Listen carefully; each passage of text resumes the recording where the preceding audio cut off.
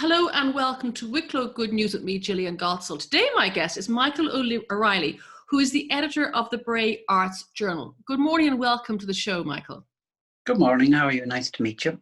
And to meet you. And I understand you kind of fell into this job. Yes, well, How did that happen?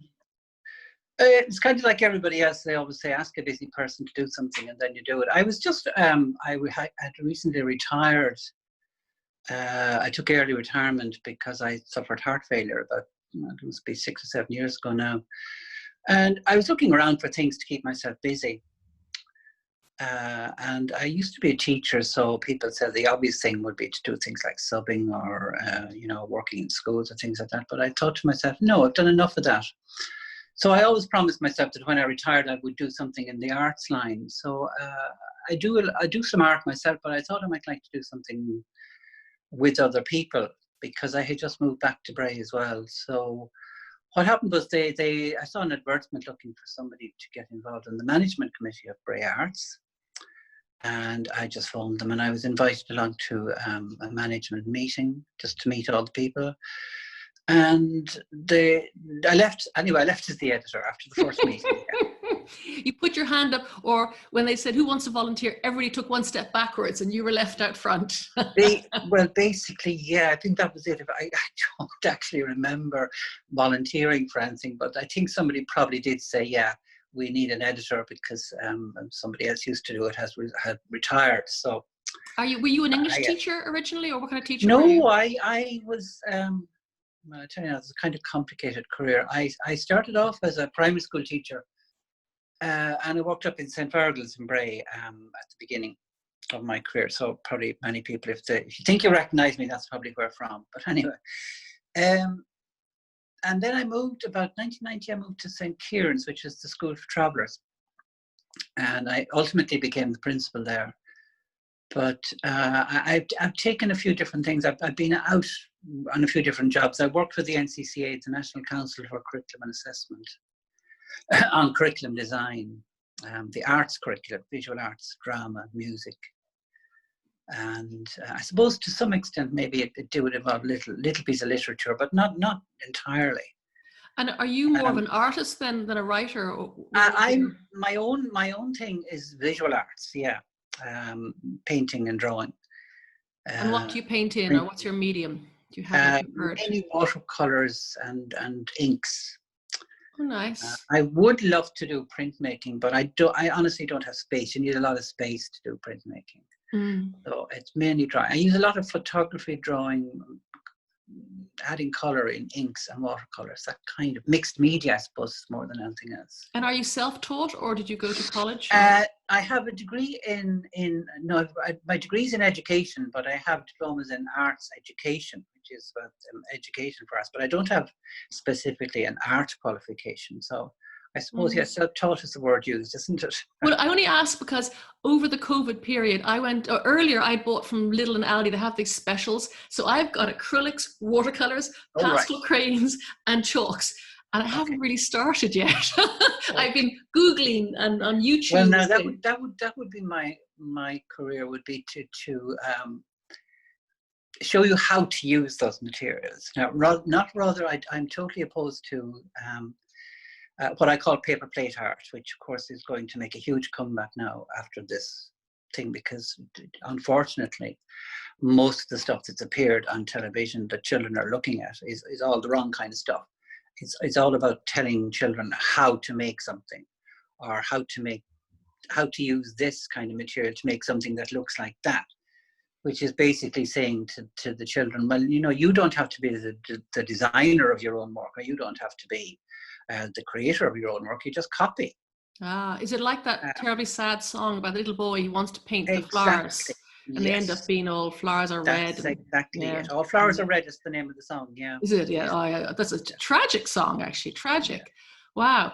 So I've written articles like that. There's another famous story did you ever read a famous book called Chicken Soup for the Soul? I know of it. I haven't read it. Yeah, well, that has another famous story in it, which is about the little boy going to school, or little girl. I'm not sure which. I think it's a boy again. and really interested in art and starting off, and then the teacher saying, "Oh no, that's not how you paint that. That's wrong." Or this teacher at the blackboard saying, "Now I'm going to show you how to draw a." And of course, our most famous TV personality for children, I don't know whether I should mention his name, is all about that. How to draw a. It's all wrong. I'm thinking who that is now, but it'll come to me after. Famous author, writes books for children. Okay. Don Conroy.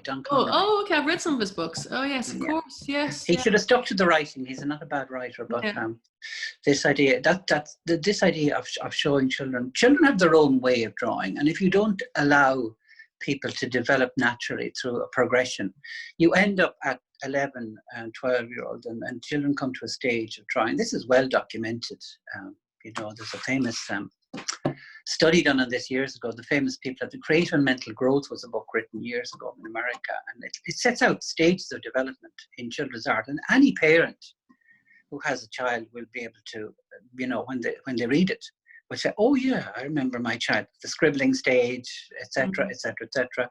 The stage of symbols where the house comes, the house with the box and the four squares in the corner. Everybody goes through that. And the most interesting thing about that symbol, and it is a symbol, it's not a house. It's a symbol for home, and it's an international symbol, and it's been discovered, interesting enough, that even children from cultures where they don't build houses like that will use the same symbol. It's a symbol of shelter or home. Oh, that's interesting. I was going to say, if you imagine a Native American maybe in his teepee, would he draw a teepee? Yes, absolutely. It's been discovered that they will draw something similar, yeah. Oh, isn't that and they ultimately then they come to this stage called the stage of dawning realism. And you might remember yourself when you struggled, and remember back to when you were maybe 11 or 12, and you gave up drawing because you couldn't make it look like it is. And it's called the I can't draw stage. Okay. And most adults, all the adults who say I can't draw a straight line, they're all stuck at that stage. Whoa. Well, I'm going to find my inner child. I'll report afterwards when I finally get them out of the box. Right, we're going back to you as editor of the Bray Arts Journal, the job that you volunteered for, or were volunteered for. Yes. So I've seen a copybook, but could you describe some of the content for our listeners and our viewers? What content? It's a mixed content. When I took it over, it was more of, I suppose it wasn't specifically a journal. It was a record of what happened in Bray Arts. So I think they used to bring it out. Dermot Cho was the editor. I think his name was, very famous man around Bray, great editor. But Dermot's job was different than what I had looked for. It was a record. The Bray Arts Journal came out, I think, once a month after every meeting, and what it did was it included a record of what had happened at the previous month. It was almost like minutes of the meeting, who had said what, advertisements for local things around the town, what was going to happen at the next one. So it wasn't specifically a journal. In the strictest possible sense, a journal publishes art material, you know what I mean, and it doesn't really publish anything else. So I took it on the basis that I would be allowed to do that with it. So we moved away from any kind of it being a minutes of a meeting. I didn't see the purpose of having the minutes of a meeting. Like, you can do that on an ordinary page of paper and give it out at the next meeting. So we publish as wide a range as possible. And I asked people to submit. Some people are obviously poetry would be a big part of our work. Pieces of fiction, illustrations by artists, visual artists. We'll take lyrics, song lyrics, people, musicians or whatever, anything that can be written down or drawn, basically. Because I dipped into the copy that you sent me, and it was a very funny poem, prosy piece about the Tato. He'd been tatoed, sitting next to a lady eating. And smell the Tato and the crib. Oh my goodness, it was so funny. Yeah, that's Billy O'Hanlon. He's not in Bray, although he has a lot of family in Bray. So we try to, if possible, to publish a lot of people a lot of pieces by local artists or poets. Billy actually lives in Dublin, but his sister is Eilish O'Hanlon, who Oh, lives, yes. they're a famous family, and his other sister was Cliona of Hanlon, who used to be the editor of Sunday Miscellany. So Okay. they're connected. They're big I connection about loved. I the didn't literary realize who world. he was, but I loved it. I could smell the tato, and his growing. Oh, absolutely! You She's should sticking look her him up. hand into the Yeah, thing and coming yeah, around. he's a All very covered. excellent writer. Yeah, very funny, and reminds me a bit about the famous American author. I can't remember his name now, but it's kind of a social commentary more than anything else. But he comments on every day. He has fabulous stuff on Facebook. So we're going to publish. I asked him would he mind if I published in the next one when we get around to doing it. Maybe he'd written something about the COVID, about the current crisis, which he has. He's been writing all the time. So hopefully I'll get another and publish another of his ones then. Yeah, well, I thoroughly enjoyed that. So I just dipped in. And I went, "Oh, this is so." I could smell the crisps and the lady, I know, yeah. his growing irritation with this Yeah. abomination that was beside him. It was like, "Whoa!" Yeah. Excellent. A lot of Yeah, humor. it's And good. then there was a funny piece I read about the sexuality of an Irish woman. That was funny too. Yes, yeah. You see, Funny and it's thought-provoking. yeah. We're very eclectic, aren't we? I A did wide not variety expect of that. stuff. I kind of thought it'd be more tame, as in tame is the wrong word, but well-meaning. And you actually have Archie, you mean Archie, more Archie. yeah, whereas it's actually very real. It's very authentic. Well, I would always go for I like an eclectic collection, so I think that's what people like. We obviously get some very highbrow poetry submitted from. I mean, we regularly get submissions from a group called the Shed Poets, and we'd always try to publish something from them. They work out of Dalkey. They would be, really, really. They're almost professional poets. Wow. And then we would get some nice pieces from people who are writing poetry for the first time, and they just want to give it a go. We get quite a lot of fiction pieces from. We get people like Carmen Cullen, who's a local author who would submit regularly, and we'd have a group. Michael Gordon, people might know Michael Gordon's work. Brian Quigley, who writes for the Gordon Journalist. Yeah. Brian's is funny as well, but he's quite different than Billy. But Brian plays on words. Yes. Billy kind of comments on society, so they're different presentation styles. And then we'd get a good mixture regularly of people who would be reasonably well known around the town, and then people who are completely new. And I suppose the purpose of the journal is to provide a platform for people to publish their work, because it's quite hard to get work published, as you know. Yes. So that's why we 3 years ago then we got involved with through Tanya Farley, who's and David Butler are the heads. They organise the Bray Literary Festival every year. Yeah. But having been involved in the Bray Literary Festival, they tend to be more national figures and more nationally known people that are invited to participate. And it just struck me that there was very little opportunity for local, lesser known authors to appear in public at the Bray Literary Festival. And the two things just seem to kind of join together, that there's a literary festival and here's a local journal. So it's good for local people to have a part in that bigger festival. So that's lovely. It was never really intentioned. I mean, it just came about by accident. The previous year we had published a journal as part of the Yarn Festival. Obviously, a fairly obvious one as well, the Storytellers Festival. Yes. So it can vary, yeah. But anyway, local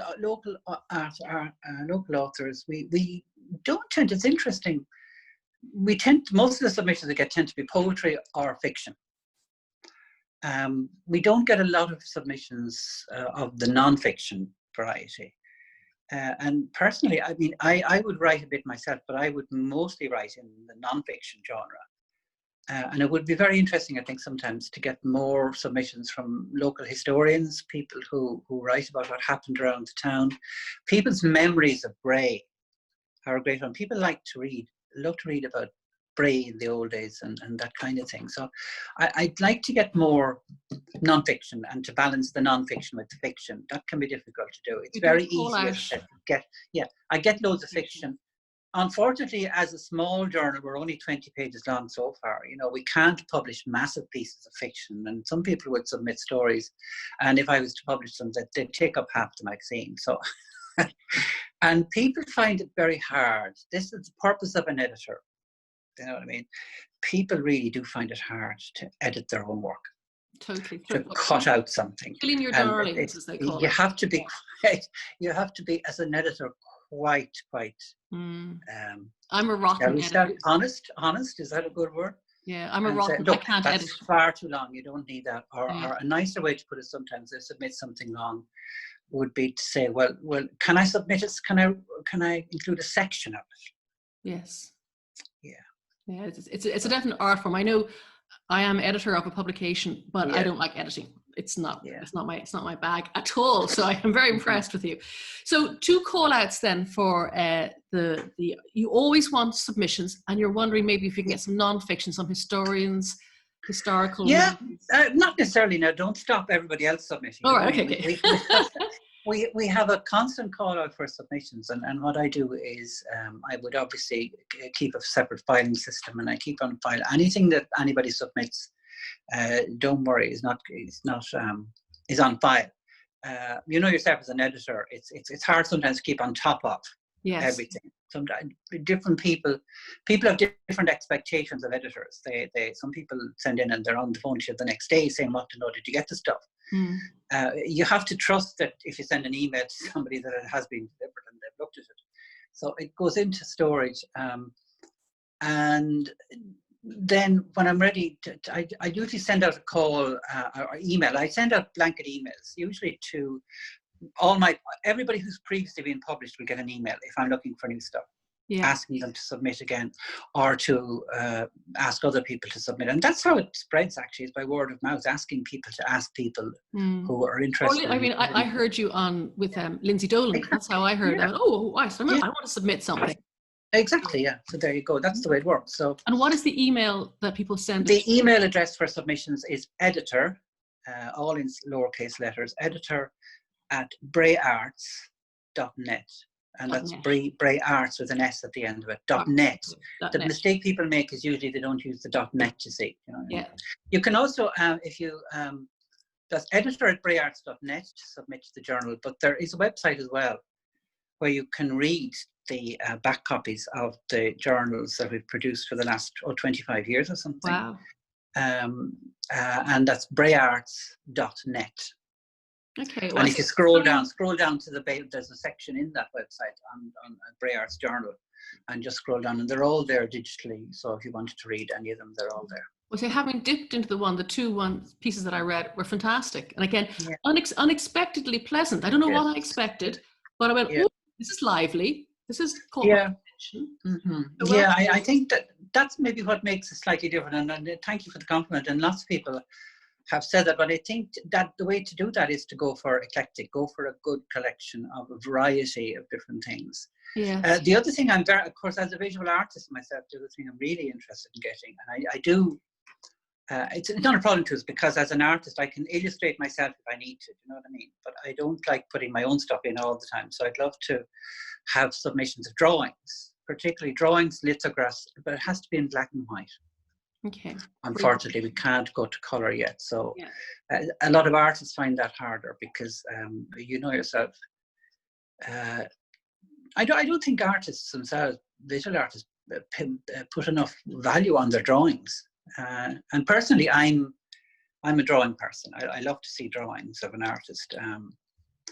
That's how I would tell if somebody, personally, I would say that's how I tell if you're a good artist. I doodle. Does that count? Drawing. I doodle. Mm-hmm. Does doodle? Doodle, you see, yes, but you see, I think that's the correct word, and brilliant. But that's making me think of it, what I was saying earlier on. If I had my way and I was involved in curriculum writing and writing the curriculum, I always said that if I could, I would replace the word drawing in the curriculum with the word doodling. The reason being, the word drawing frightens people. If you're doing a course with adults and you say, now we're going to draw, half your audience goes back, oh my God, he's going to ask us to draw. And everybody will be looking at my drawings and they'll all be comparing my drawings there, and I can't draw anyway. And that goes back to the I can't draw thing. Whereas in point of fact, if you think about it, and you know the famous experiments that were done, or the famous ways to get people to draw, hand them something that's really complicated, turn it upside down, ask them to copy it upside down. And they can do it. Wow. The reason they can do it is because if it's turned upside down, they can't see what it actually is. and all they can see are lines and shapes and forms. And everybody can draw lines and shapes. Yeah. Everybody can draw lines. Everybody says I can't draw lines, but I can't draw a straight line. But my answer to that is, who wants to draw a straight line anyway? I was going to say doodly lines. I do lots of curves. I'm a curvy. Yeah, exactly. Wavy lines, zigzag lines, everything. It's all lines. They do say that if you could hang anybody from upside down, and if they looked at the world upside down, they'd be able to draw it. Because they can't. It's about naming. It's a language thing. It's a left brain, right brain thing. You know, the one side of the brain controls the language, and the other side is supposed to be the creative one. And if you can force people to think, or if you can force this famous book, if you're interested in it, if you were saying that you want to use all those materials and stuff, Betty Edwards. I don't know, did you ever hear of it? I haven't. Betty Edwards wrote a famous book, and it's called Drawing on the Right Side of the Brain. Okay. And if you read that book, I guarantee you'll be able to use all those materials. Oh, excellent! Because I'm nearly there. I have them there. Yeah. From my cupboard. They're on my sofa beside me here. And tonight, you're doing very well. I will send you the result, whatever I do tonight. Oh, do yeah. Well, one of the big things that apparently this chaos has done is it's taken a lot of people back, not alone to reading, but I think to the arts as well. And it is, of course, an extremely good way. Like, there's a lot of, I know, people depressed who have depression or suffer from depression. One of the best ways to do that are other interesting things. Like, I often taught myself, I must write a book, give up smoking through drawing. Wow, that's a good one. Because it would be a brilliant way if every time you wanted to take up a cigarette, and this is an ex-smoker myself, take up a pencil instead. Now, you might get lead poisoning, somebody said, but that's not true anymore. And it was never true, because there was never lead in pencils, it was graphite. Okay. Well, that's actually, a friend of mine does NLP, neuro-linguistic programming. Yeah. She also talks about when she helps people give up smoking, it's to substitute, it's the habit. You pick up something else. Yeah, it's the breathing exercise. Yeah, but for depression, you see, the theory is that it's quite different, because when you're actually engaged with drawing or engaged in making art, your brain switches to that. You can't actually think of anything else, and it kind of wipes everything else out of your mind. It's the same as if you're really focusing. Singing has the same. And all artists will say that to you, that when they're drawing, or poets will say that as well when they're focusing, or even writers, that any of that kind of creative activity. It demands your whole attention, is the cliche for it, but it's true. It does. I think singing is the same. I sing in a couple of choirs, and when you're engaged in singing, you're playing, especially when you're choirs, and of course choirs and singing has the choral thing has the other. I did a social aspect to it. Yeah, singing together with people. But I'm a great believer in individual. I mean, lots of people are art therapists, use it all the time. Yeah, I see. Ever since I've bought some stuff, ever since I've been Googling how to paint, blah, blah, blah, all these art therapy classes are coming in on my ads. And it's interesting, art therapy, I would have loved to do it when I retired, but to be honest, I can't afford it. To really become an art therapist, you need to train for 7 years. It's very intensive. And there are a lot of people out there claiming to be art therapists, so be careful, because they're not, and it's very dangerous, very, very dangerous, unless you know what you're doing. Okay, but we recommend definitely pick up a paintbrush. Oh, absolutely, yeah. And don't think, you see, the problem with it is, if you think about it, don't always think that you have to paint something. You don't, you just have to paint. Yes. I mean, this idea of there's an unfortunate phrase about the Irish. Somebody said one time that they got stuck in the age of Impressionism. The Irish tend to like pictorial art. Do you know what I mean? And they look at modern art and they say, oh, my 7-year-old could do that. Interestingly enough, there is a book with that title, and that's a very good read as well. And it's called Why Your 7-Year-Old Couldn't Have Done This. Wow. And it explains modern art. And one of my pet things to say to people when I'm training them, I used to do a lot of training with teachers, training teachers how to train the arts. That was my job when I was out of school. You'd bring a group of people into a gallery, and it was amazing. You can't see it in the National Gallery, but in the modern gallery, it's very easy to spot. People always, and think about this, the Irish are quite good at language. They're like me, most of them, can't stop talking. But when you're in a gallery, the automatic thing for people to do is to not look at the art first. If they're in a gallery, they're looking at pieces of painting, say. The natural tendency, first of all, seems to be they go to the label. that's under the piece of art. Yes. To see who's it painted by, what's it called, and if they can get a clue about what's it about. But it's visual art. Yeah. So you should be standing back and looking at the art first and not bother. And this is why I always say, artists nowadays, that was okay back in, if you're looking at art from the Renaissance or something, well, you're looking for the historical context or whatever, that's a different thing. But that's not going to affect your view of the piece of art, because it's just a portrait of such and such or blah, blah, blah. That's fine, that's a historical fact. But most modern artists, then you see, they fool the public by saying untitled. Untitled number 6. And that doesn't really tell you what it's about. So they're forcing you to make up your own mind what it's about. And Matisse made 2 famous comments. I think it's Matisse in his life. One was the comment that art is drawing is taking a line for a walk. Okay. And the second one was all art is created twice. First in the mind of the artist, and then in the mind of the viewer. And what that does is it gives you permission as the viewer to make up your own mind about what it is or what it's about or what it does for you. You know what I mean? Wow. And it's perfectly okay to say to look at a piece of art, I don't like that, or I like that. But if you say I don't like that, you should be able to say why you don't like it. You can't just wave it away. You can't just say my 7-year-old no. did that. Yeah, it doesn't work. You can't get away with it. You see, there are all kinds of studies that prove it's not the case. Yeah. You are a very interesting man, Michael, I have to say. Oh, thank you very much. Very, very interesting. As I say, and the journal, I say I didn't know the old one, but I love what you've done with it. So, I mean, I stuck my piece in, obviously for consideration. Very good. Thank you very much. I recommend other people do the same too as well. Did you email me a piece? I did, yeah. Oh, did you? Oh, you did, yeah. Sorry, you sent me the piece from the thing, yeah. That's gone into my file, yeah. That's very good, yeah.